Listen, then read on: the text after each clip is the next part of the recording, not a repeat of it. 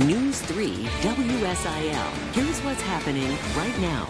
Honoring the survivors and remembering the victims of the fateful attack 19 years ago.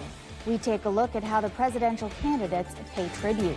And local first responders perform a memorial of their own for hundreds to see. Plus, a fire department unveils a new fire truck, also paying tribute to those lost nearly 20 years ago. We've got you covered.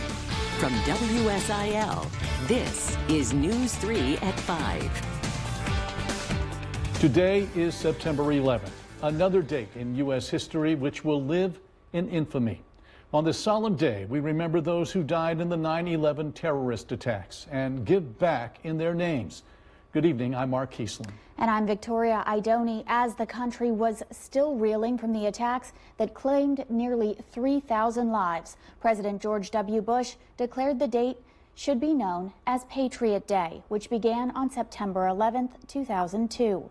That was 1 year after the attacks that claimed nearly 3,000 of those lives. On September 11th, 2001, terrorists hijacked 4 planes. 2 of them crashed into both World Trade Center towers in New York City, causing them to collapse. Another crashed into the Pentagon, while a 4th went down in a field in Shanksville, Pennsylvania, after passengers bravely struggled with hijackers, keeping that plane from harming anyone other than those on board. This is the 19th anniversary of that terrible attack on our nation. But because of the coronavirus pandemic, this year's September 11th commemoration is a little bit different than in past years. ABC's Rena Roy has the latest from New York.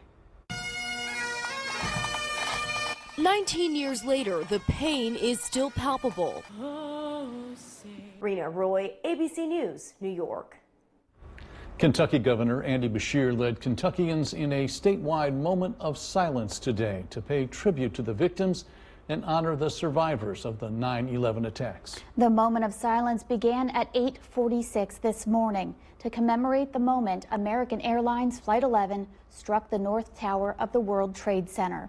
Immediately afterward, Governor Beshear gave a brief remark through Facebook and YouTube. On this day, as we keep our promise to never forget the attack on our nation, even as we memorialize the victims, renew our support for survivors, and praise our heroes, we're called upon to show compassion for one another. The governor also ordered all flags at Kentucky state office buildings be lowered to half-staff today in accordance with a proclamation from the White House.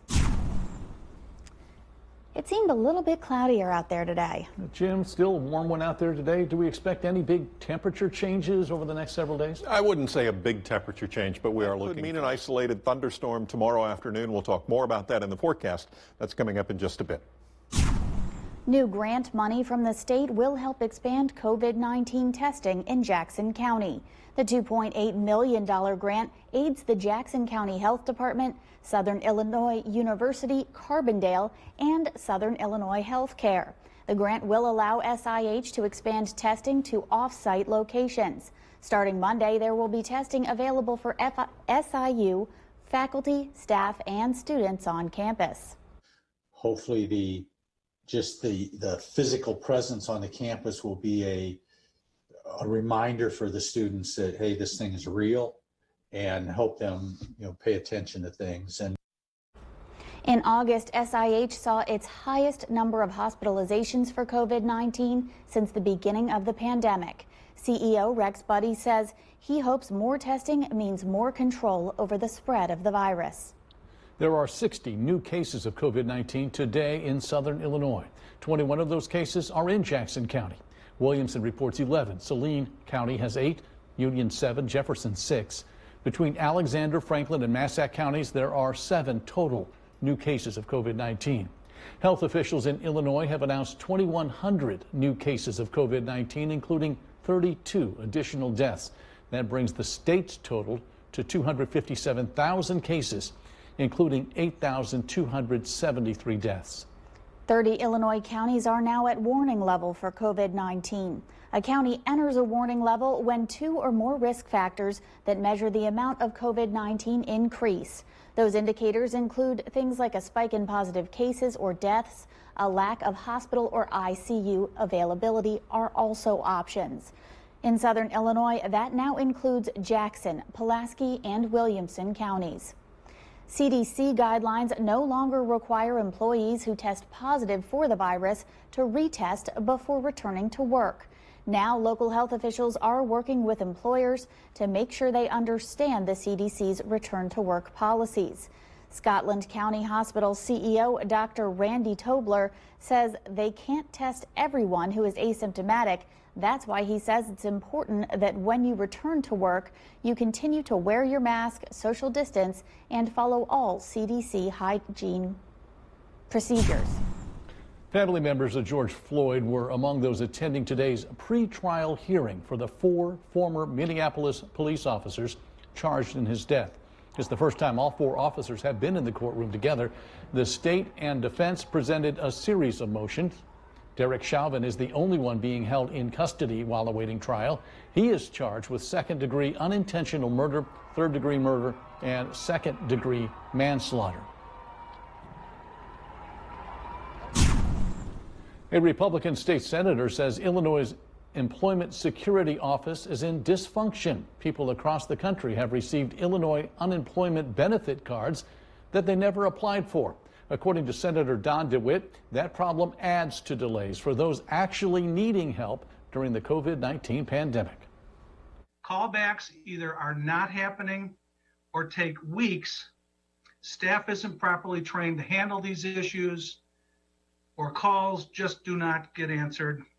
They are unproductive and solve little to nothing, leaving families wondering how to pay their bills and how to put food on their tables. 3 of Senator DeWitt's constituents joined him on a Zoom call this morning, including a woman who says she was asked to pay back $6,000 in benefits she received, and she says she was asked to pay that back without any explanation. The fire department in Grand Tower finished rebuilding a fire truck today, and because today is the day of completion, they finished the job with decals to honor those who died 19 years ago. The artwork and decals were done by a local artist in Murfreesboro, Christine Brunk-DeShazo of Spectrum Graphics Studio. Grand Tower Fire Chief Dennis Wright says this is just a small way to commemorate those who died in that tragic event 19 years ago. They put their life on the line every day, and there was quite a few of them died that day. So it's important to commend your first responders, firefighters, police, EMTs, because they're out there all hours of the day and night when the call goes out. Chief Wright also says a recent grant from the Illinois Fire Marshal has allowed them to better equip their first responders in Grand Tower for when the need arises. The Illinois State Fire Marshal is also encouraging college students to keep fire safety a top priority. September is Campus Fire Safety Month. Fire Marshal Matt Perez says his goal is to help prevent common campus fires and reduce fire hazards. According to Campus Fire Watch, 85% of college-related fire fatalities have happened in off-campus housing. A rather nice, warm end to the work week. But will that trend continue into our weekend? Jim's in with our full forecast ahead.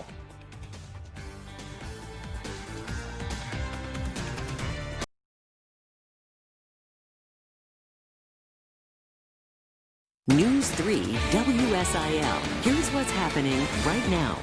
Charges are filed in the case of Breonna Taylor, but her family is not happy with the outcome. And a drop-off box for your ballot, the concern and reassurance surrounding the alternate voting method.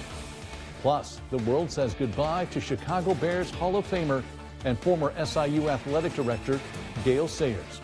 News 3 at 5 starts right now. We've got you covered.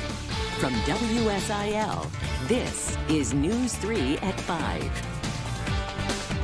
Good evening, I'm Mark Kiesling. Behind me, you're looking live at Louisville, where protesters have taken to the streets after an officer was indicted today in the Breonna Taylor case. That indictment comes 6 months after her death at the hands of police executing a warrant. But the decision to charge just one of the officers involved is not the outcome many wanted. A Jefferson County, Kentucky grand jury charged former Louisville police officer Brett Hankinson with 3 counts of wanton endangerment. He faces a sentence of 1 to 5 years for each count if convicted. Hankinson was one of the officers who opened fire inside Taylor's apartment in March, killing her. They were serving a late-night warrant at the time. According to Kentucky law, the use of force by Mattingly and Cosgrove was justified to protect themselves. This justification bars us from pursuing criminal charges in Miss Breonna Taylor's death.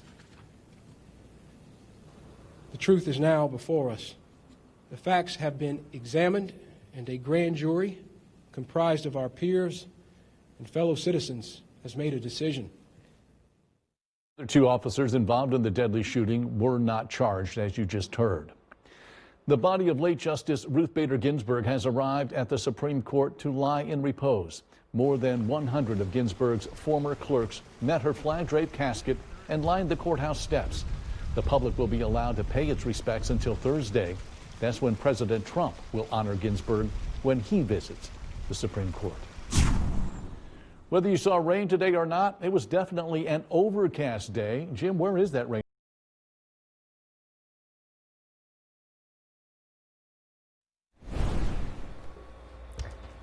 It is 6:30 here, and we are taking a look at Interco building. Check out this video right here. The flames are just over. Look at that.